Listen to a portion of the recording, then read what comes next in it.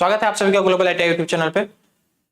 Workshop calculation and science की हमारी 12वीं क्लास है। यह वीडियो आप लोग जानते हैं कि यह वीडियो आईटीआई स्टूडेंट की फर्स्ट ईयर के सभी ट्रेड के लिए है, ठीक है। इससे पहले की जो भी वीडियो आपको देखनी है, इससे पहले की जितनी क्लासेस हो चुकी है वो वीडियो यदि आप देखना चाहते हैं तो ग्लोबल आईटीआई यूट्यूब चैनल पे जाइए, फिर उसमें प्लेलिस्ट के ऑप्शन में जाइए। प्लेलिस्ट में सारी वीडियो इसमें इससे पहले की सारी वीडियो पड़ी हुई है। उस वीडियो के पीडीएफ भी और इस वीडियो का इस क्लास का भी पीडीएफ यदि आप लोग डाउनलोड करना चाहते हैं तो आप लोग जाके इस वेबसाइट से globaliti.org वेबसाइट से जाके आसानी से डाउनलोड कर सकते हैं और आप वहां मॉक टेस्ट भी फ्री ऑफ कॉस्ट दे सकते हैं। चलिए देर ना करते हुए फिर आज का हम लोग सेशन स्टार्ट करते हैं। आज का मतलब पहला क्वेश्चन है, तापमान मापने के उपकरण का नाम बताइए। ये जो फिगर दिया हुआ है, इस फिगर में जो आपको यहाँ पे मीटर दिया है, इस मीटर का नाम बताना है कि ये कौन सा मीटर है, ये मीटर कौन सा है। देखिए इसमें आपको इधर दिख रहा है, इधर दो मेटल का यूज किया गया है, यहाँ पे दो मेटल यहाँ यूज किया गया है, ठीक है। यहाँ पे दो तरह के मेटल आपको दिख रहे हैं, दो तरह के मेटल दिख रहे हैं, तो इसीलिए कौन सा मीटर हो जाएगा, ये बाइमेटॉलिक थर्मोमीटर हो जाएगा, बाइमेटॉलिक थर्मोमीटर हो जाएगा। बाकी जो पायरोमीटर होता है, पायरोमीटर के लिए तो आप लोग जानते हैं कि पायरोमीटर कुछ इस तरीके का होता है। इधर एक हॉट बॉडी होती है, ठीक है, और फिर यहां से ऐसे रेडिएशंस निकलती हैं, तो यहाँ पे हम लोग एक लेंस लगा देते हैं। यहाँ पे हम लोग क्या करते हैं, एक लेंस लगा देते हैं। कौन सा लेंस? अवतल लेंस। ये लेंस क्या करेगा, इन सबको एक जगह ऐसे एक पॉइंट पे लाद के रख देगा। फिर यहाँ पे जिस भी मेटल का मेजर करना रहता है उसमें हम लोग मेजरिंग मेटल को यहाँ पे लगा देते हैं, मेजरिंग मेटल यहाँ पे लगा देते हैं, ठीक है। तो ये होता है आपका पायरोमीटर। तो पायरोमीटर का फिगर तो कुछ इस तरीके का होता है। तो ये आपका बनेगा कौन सा, ये बनेगा आपका पहला ऑप्शन बी, बाइमेटॉलिक थर्मामीटर, ठीक है। बाइमेटॉलिक थर्मामीटर, क्योंकि इसमें हमने दो मेटल का यूज किया हुआ है। चलो अगला क्वेश्चन देखो, 3000 डिग्री सेल्सियस तक लाल गर्म धातुओं के तापमान को मापने के लिए किस उपकरण का उपयोग किया जाता है। जब टेम्परेचर का क्वेश्चन स्टार्ट हो रहा था तो पहले क्वेश्चन में ही मैं बताया था आपको, पहले या दूसरे क्वेश्चन में ही मैं आपको बताया था कि टेम्परेचर को मेजर करने के लिए हम लोग कई तरह के इकाई का यूज करते हैं, कई तरह के यूनिट्स का या कई तरह के मीटर्स का यूज करते हैं, जिसमें पायरोमीटर जो होता है, पायरोमीटर इंफ्रारेड टेम्परेचर, मतलब कि बहुत ही ज्यादा टेम्परेचर को मेजर करने के लिए हम लोग पायरोमीटर का यूज करते हैं। एक क्वेश्चन आया था वहां पे, तो पूछा था कि 100 डिग्री सेल्सियस या फिर 100 डिग्री सेल्सियस था या 1000 डिग्री सेल्सियस था, ऐसे करके कुछ क्वेश्चन था जिसमें पूछा था कि इतना तक का तापमान मेजर करने के लिए किस मीटर का यूज करते हैं। वहां पे ऑप्शन में था ये पायरोमीटर। पायरोमीटर का यूज मैं वहीं भी आपको बताया था कि पायरोमीटर का यूज हम लोग इंफ्रारेड टेम्परेचर को मेजर करने के, मतलब बहुत ही ज्यादा टेम्परेचर को मेजर करने के लिए करते हैं। तो यहाँ पे ये जो 3000 डिग्री सेल्सियस है, 3000 डिग्री सेल्सियस बहुत अधिक टेम्परेचर है, 3000 डिग्री सेल्सियस बहुत अधिक टेम्परेचर है कि नहीं, 3000 डिग्री सेल्सियस बहुत अधिक टेम्परेचर है। तो इसको मेजर करने के लिए हम लोग कौन सा मीटर यूज करेंगे, पायरोमीटर, रेडिएशन पायरोमीटर। और मैं यहीं पे भी आपसे एक क्वेश्चन पूछ दूं थोड़ा सा इससे हट के, कि सूर्य के सतह का तापमान कितना होता है, सूर्य के सतह का तापमान या सूर्य के सतह पर तापमान कितना है। वहां पे तापमान है आपका 6000 डिग्री सेल्सियस, 6000 डिग्री सेल्सियस, ठीक है। वहां का तापमान कितना है, 6000 डिग्री सेल्सियस, यहाँ पे 3000 डिग्री सेल्सियस। तो इस टेम्परेचर को भी मेजर करने के लिए हम लोग क्या करेंगे, इस टेम्परेचर को भी मेजर करने के लिए हम लोग पायरोमीटर का ही यूज करेंगे। चलो भाई अगला क्वेश्चन देखो, किस प्रकार का उष्मा संचरण भौतिक संपर्क के माध्यम से होता है। उष्मा का संचरण कितने विधि से होता है, ये मुझे पहले बता दो कि उष्मा का संचरण कितने प्रकार से होता है। तो उष्मा का संचरण आप लोग को पता होगा, यदि उष्मा का चैप्टर थोड़ा सा भी पढ़े होंगे तो उष्मा का संचरण 3 तरीके से होता है। तो लिख लो यहाँ पे,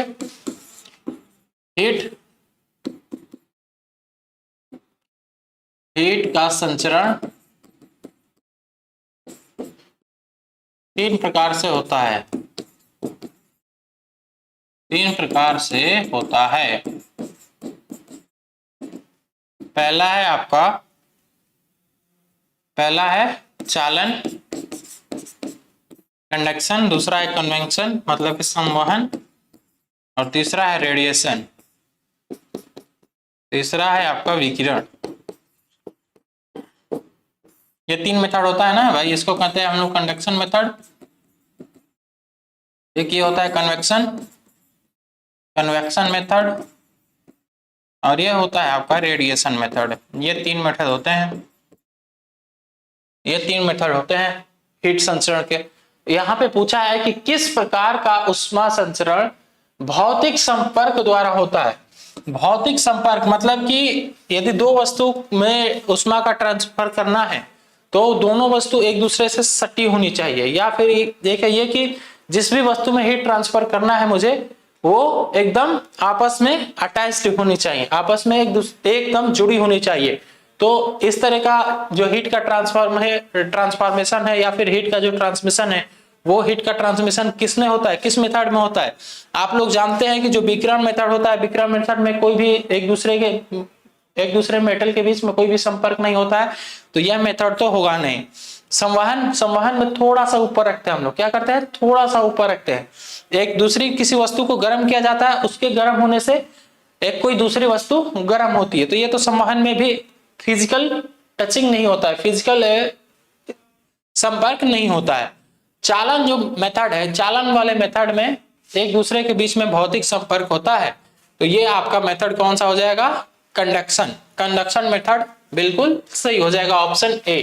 ऑप्शन ए बिल्कुल यहाँ पे सही हो जाएगा। ठीक है, चल भाई अब देखो यहीं पे एक चीज मैं और आपको बता दे रहा हूं। देखिए चालन, जैसे कि चालन मेथड वो मेथड हुआ, जैसे कि मान लीजिए कि आपके पास एक कोई लोहा की वस्तु है, लोहा की वस्तु को आप ले गए हैं किसी लोहार के पास, और वो क्या कर रहा है कि वो उसको पहले हीट करके तब फिर उसे जिस आकार का बनाना है वो बना रहा है।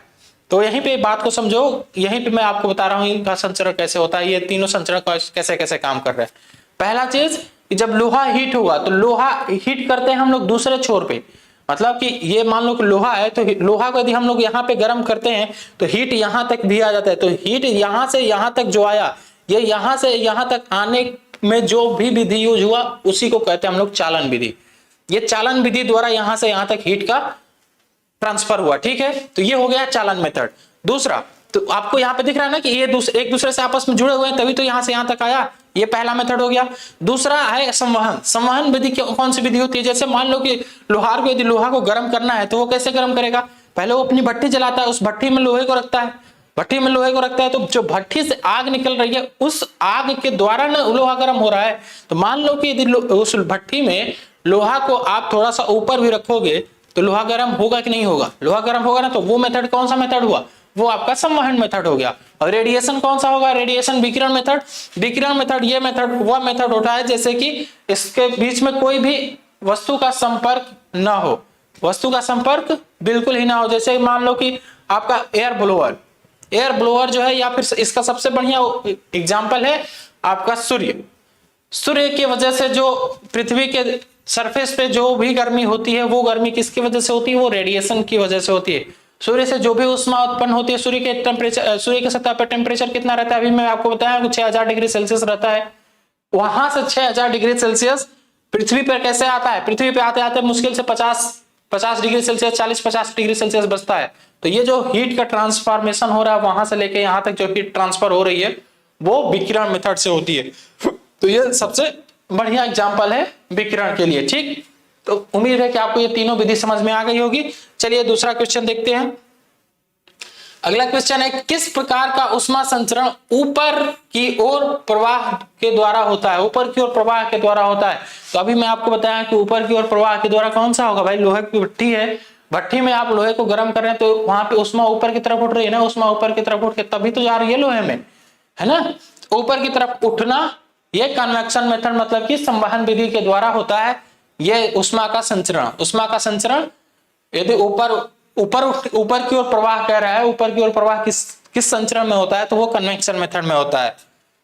अगला क्वेश्चन है कि उष्मा संचरण की रेडिएशन विधि कौन सी है, रेडिएशन विधि में अभी आपको बताया हूं रेडिएशन विधि कौन सी है भाई मेरे। जब भी मैं कुछ भी नोट यदि लिखवा रहा हूँ साइड में, तो उसी नोट को आप लोग बस लिख लो, या उसके बारे में जो भी मैं डिफिनेशन बोल रहा हूँ बस एक बार पॉइंट नोट कर लो, पॉइंट नोट कर लो। जैसे कोर्ट में बोला जाता है ना, point be noted my Lord, तो माय लॉर्ड एक बार पॉइंट को नोट कर लीजिए आप लोग। नोट कर लेंगे बाकी जो क्वेश्चन है आपके सिलेबस में बहुत छोटा छोटा क्वेश्चन आता है यार, यकीन मानो बहुत छोटा छोटा क्वेश्चन आता है, और सारे क्वेश्चन करने के लिए जब बहुत ज्यादा आपको दिमाग नहीं लगाना, जितना मैं साइड में आपको नोट में लिखवाता हूँ बस उतना आप नोट किए रहिए, बाकी हर एक क्वेश्चन को कर ले जाओगे। थोड़ा सा यदि आपका प्रेजेंस ऑफ माइंड काम कर रहा है तो देखो, उष्मा संचरण की रेडिएशन विधि कौन सी है? मैं अभी रेडिएशन मेथड आपको बताया था, रेडिएशन मेथड। अब चलो ऑप्शन पढ़ लो। एक लोहे की रॉड को उसके एक सिरे से गर्म किया जाता है तो दूसरे सिरे तक उष्मा का संचरण हो जाता है, तो ये मेथड कौन सा मेथड कहलाता है? यही तो चालन मेथड है, यही तो चालन मेथड में अभी बताया हूं ना, कि जैसे लोहे की भट्टी में गर्म कर रहा है, भट्टी में यदि गर्म कर रहा है लोहा को, तो यहाँ मैं गर्म कर रहा हूं और इस छोर पे यदि इस टर्मिनल पे तक यहाँ तक का जो सरफेस है वो सरफेस यदि गर्म हो जा रहा है तो ये चालन मेथड होता है। यही बोल भी दिया, ये डिफिनीशन भी इसका ये लिख दिया है, ठीक है। दूसरा है कि पानी गर्म करने पर ठंडा पानी ऊपर से नीचे की ओर आता है, ठंडा पानी ऊपर से नीचे की ओर आता है, तो ये क्या हो रहा है? ये संवहन हो रहा है, ठीक है। गैसों को गर्म करने पर उष्मा का संचरण वातावरण में होता है। और अगला है कि सूर्य से उष्मा अंतरिक्ष के माध्यम से यात्रा करती है, सूर्य से उष्मा अंतरिक्ष के माध्यम से यात्रा करती है। विकिरण में कोई भी माध्यम की जरूरत नहीं होती है, विकिरण में हीट ट्रांसफर करने के लिए आपको माध्यम की जरूरत नहीं होती है, जबकि चालन एवं संवहन विधि में मीडियम की जरूरत पड़ती है। मतलब माध्यम कहने का मतलब ये है कि जैसे मान लो कि देखो आपको यहां से, और मान लो अपने घर से आपको दिल्ली जाना है, आपके घर से और दिल्ली जाना है, तो आप किसी ना किसी माध्यम का तो यूज करोगे, या तो आप बाई ट्रेन जाओगे, ट्रेन से जाओगे, बस से जाओगे, मोटरसाइकिल से जाओगे, तो आप जिस भी चीज का यूज किए तो वो एक माध्यम बना ना, माध्यम बना कि नहीं? तो वैसे ही हीट को ट्रांसफर करने के लिए बाकी जो दो मेथड थे आपके, चालन और संवहन, उन दोनों में मीडियम की जरूरत पड़ती है, लेकिन रेडिएशन में आपको मीडियम की जरूरत नहीं पड़ती है, ठीक है। और यही होता है रेडिएशन मेथड, ये होता है आपका रेडिएशन मेथड। संवहन मेथड में आप अभी आपने देखा कि संवहन मेथड में क्या होता है? संवहन मेथड में उष्मा ऊपर की तरफ उठती है। जैसे इसका एक बेस्ट एग्जांपल है आपका पानी का गर्म करना। जैसे आप पानी को गर्म करते हो, पानी को गर्म करते हो तो पानी कैसे गर्म होता है? नीचे की तली जो होती है, नीचे की तली पे जितना पानी होता है वो पानी पहले गर्म होता है, वो पानी गर्म होता है तो वो पानी ऊपर की तरफ उठने लगता है, क्योंकि जो पानी गर्म हो जाता है उसका एक तरह से ये कहे कि उसका भार कम होने लगता है। पानी यदि गर्म होता है तो उसका भार कम होने लगता है, वो ऊपर सरफेस पे आ जाता है, और सरफेस का जो ठंडा पानी रहता है वो ठंडा पानी नीचे जाने लगता है। इस तरीके से पानी आपका गर्म होता है, ठीक है। तो ये संवहन का एक तरह से ये कहे कि ये संवहन का डिफिनीशन है, संवहन का एग्जाम्पल कहिए या फिर डिफिनीशन कहिए, ठीक है। और ये है आपका रेडिएशन, चालन का भी दे दिया, रेडिएशन का भी दे दिया और संवहन का भी दे दिया, तीनों का एक ही साथ दे दिया है। चलो अगला क्वेश्चन देखो, यदि गर्म पानी गर्म करने पर ठोस की लंबाई बढ़ती है तो क्या कहा जाता है? यदि आप किसी चीज को गर्म कर रहे हो, जैसे मान लो कि कोई लोहा है, उस लोहे को यदि आप गर्म कर रहे हो तो गर्म करने पे उसकी लंबाई यदि बढ़ रही है तो इसका मतलब क्या है? यदि उसकी लंबाई बढ़े तो इसका मतलब क्या है? इसका मतलब यह है कि उसमें लीनियर एक्सपेंशन हो रहा है। उसमें क्या हो रहा है? Linear expansion. जैसे मान लो कि ये एक तार है, ये एक तार है, इसको हमने गर्म किया तो पहले ये 1 मीटर का था, अब बढ़ के थोड़ा सा 1.25 मीटर का हो गया। 1.25 मीटर मतलब कि 1.25 का हो गया। तो पहले तो 1 मीटर का था, अब इसकी लंबाई कितनी बढ़ गई? 1.25 हुई। तो ये जो 0.25 बढ़ा, ये जो 0.25 बढ़ा, ये क्या बढ़ा है? ये लीनियरली में बढ़ा है ना भाई। लीनियर क्या होता है? लीनियर एक तरह से एक लाइन ये खींच दो तो ये लीनियर एक्सपेंशन हुआ। यहां से मान लो कि एक लाइन इतनी है, ये ए बी इसकी लेंथ है, इसको हीट करने से यदि ये लाइन यहां से बढ़ के यदि यहां तक हो जा रही तो इसमें क्या हुआ? इसमें कौन सा प्रसार हुआ? ये इसका लीनियर एक्सपेंशन हुआ, ठीक है। तो इसी तरीके से यदि